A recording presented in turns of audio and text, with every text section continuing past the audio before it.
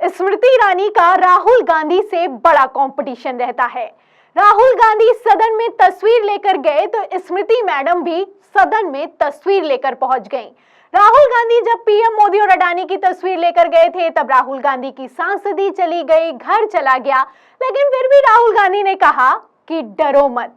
लेकिन क्या स्मृति ईरानी को डर लगता है?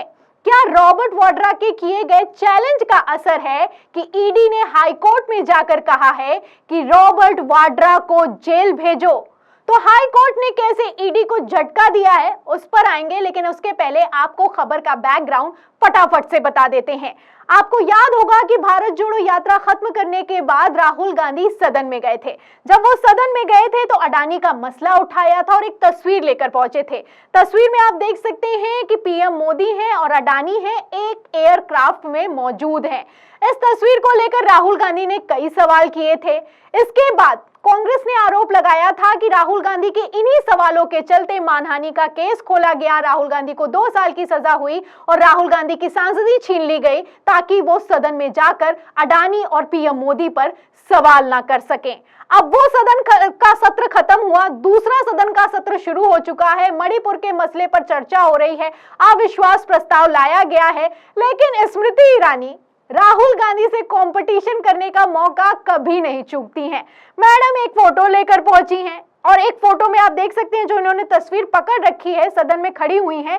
इस तस्वीर में रॉबर्ट वाड्रा और अडानी साथ साथ दिखाई दे रहे हैं। इसको लेकर स्मृति ईरानी ने कहा कि 8 अगस्त को राहुल गांधी ने अडानी का मुद्दा उठाया था, तो मैं यहाँ पर यह सवाल करना चाहती हूँ कि रॉबर्ट वाड्रा अडानी के साथ क्या कर रहे हैं? मैडम को इतनी समझ तक नहीं है कि मणिपुर पर अविश्वास प्रस्ताव पर चर्चा हो रही है। मणिपुर पर बोलिए लेकिन अडानी पर बात कर रही हैं, पहली बात। और दूसरी बात यहाँ पर गौर करने वाली ये है कि प्रधानमंत्री नरेंद्र मोदी और रॉबर्ट वाड्रा का क्या कोई कंपैरिजन हो सकता है?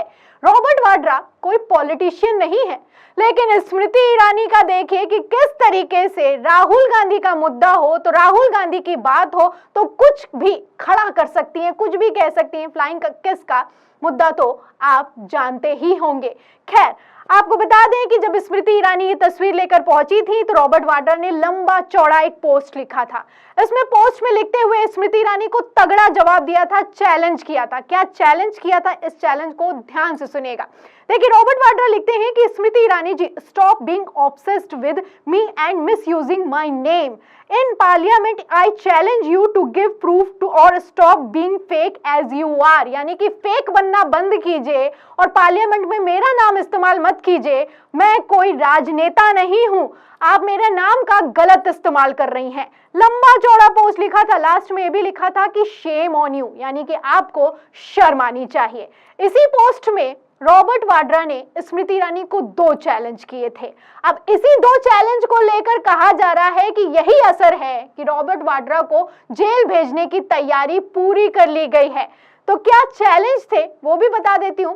देखिए, इस पोस्ट में रॉबर्ट वाड्रा ने लिखा कि मुझ पर उंगली उठाने से पहले अपनी डिग्री और गोवा में रेस्टोरेंट के बारे में देश को बताएं स्मृति ईरानी। तो मुझ पर उंगली उठा रही हो तो पहले ये भी देखो कि बाकी उंगलियां आपकी तरफ हैं और रेस्टोरेंट पे भी बात कीजिए और अपनी डिग्री पर भी बात कीजिए। एक और चैलेंज किया था। उनका कहना था कि मेरा अडानी से कोई व्यावसायिक रिश्ता या दोस्ती नहीं, सबूत है तो दिखाएं स्मृति ईरानी। तो फोटो तो किसी के भी साथ आ सकती है, तो बीजेपी कहती है फोटो पर आप किसी पर आरोप नहीं लगा सकते हैं। फोटो को लेकर अगर आपके पास सबूत हैं तो इस बात को प्रूफ करिए। एक तरफ रॉबर्ट वाड्रा का चैलेंज है, सबूत तो निकल कर सामने नहीं आए, लेकिन हाँ, ईडी हाई कोर्ट पहुंच गई है। ईडी को लेकर आप जानते हैं कि किस तरीके से विपक्ष लगातार मोदी सरकार पर हमलावर रहता है कि ईडी और सीबीआई सिर्फ विपक्ष पर ही कार्रवाई करती है, भाजपाई नेता तो इन्हें दिखाई नहीं देते हैं। बीजेपी में तो वॉशिंग मशीन चल रही है। और अब ऐसे में जब रॉबर्ट वाड्रा को लेकर ईडी ने हाईकोर्ट से अपील की है कि इनको जेल भेजो, तो ये मुद्दा बवाल खड़ा कर रहा है। क्या खबर है? एक और खबर है, आपको दिखाती हूँ। इसी खबर का पीछे का बैकग्राउंड सब बता दिया आपको। अब मेन पॉइंट पर आते हैं। खबर देखिए न्यूज़ 24 की। देखिए, इसमें लिखा है कि रॉबर्ट वाड्रा ने जमानत की कानूनी शर्तों का उल्लंघन किया है, उनकी जमानत रद्द होनी चाहिए। रॉबर्ट वाड्रा के मनी लॉन्ड्रिंग मामले पर ईडी ने दिल्ली हाईकोर्ट से कहा, तो दिल्ली हाईकोर्ट से डिमांड की है कि मनी लॉन्ड्रिंग में उन्होंने जो नियम और शर्तें हैं जिसके तहत उन्हें जमानत दी गई थी उसका उल्लंघन किया है, इसलिए रॉबर्ट वाड्रा को जेल में डाल देना चाहिए।